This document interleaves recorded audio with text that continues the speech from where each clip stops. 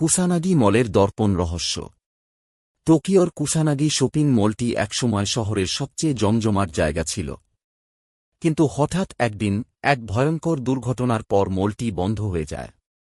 লোকমুখে শোনা যায়, তৃতীয় তলার আয়নাগুলোর মধ্যে কিছু একটা আটকে আছে, কিছু যা মানুষের ছায়ার মতো, কিন্তু মানুষ নয়।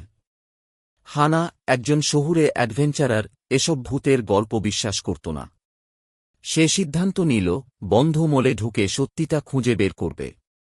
এক রাতে সে লুকিয়ে ভিতরে প্রবেশ করল।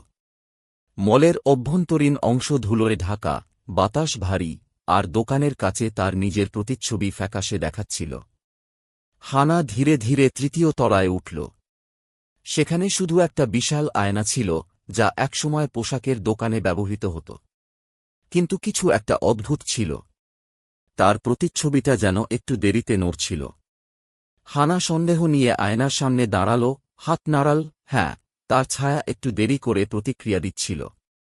তার মনে অস্বস্তি জাগল। সে পেছনে ঘুরে তাকাল, কিন্তু তখনই আয়নাতে তার প্রতিচ্ছবি দাঁড়িয়ে রইল। হানা ভয়ে জমে গেল। আয়নার ভেতরের সেই হাসল, কিন্তু সেটা কোনো স্বাভাবিক হাসি ছিল না। চোখ দুটো গভীর, ফাঁকা, আর ঠোঁট এক অস্বাভাবিকভাবে প্রসারিত হয়েছিল।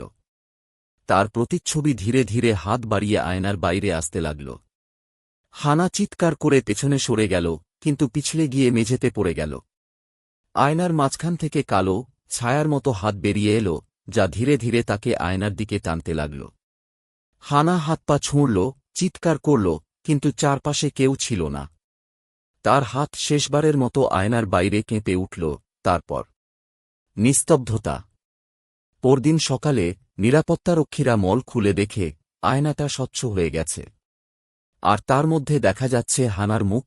সে ভেতর থেকে বের হওয়ার জন্য আঘাত করছে, কিন্তু কেউ তাকে দেখতে পাচ্ছে না। কুসানাগি মলে সেই আয়নার সামনে যারা দাঁড়ায়, তারা মাঝে মাঝে শুনতে পায় নিঃশব্দ কান্না।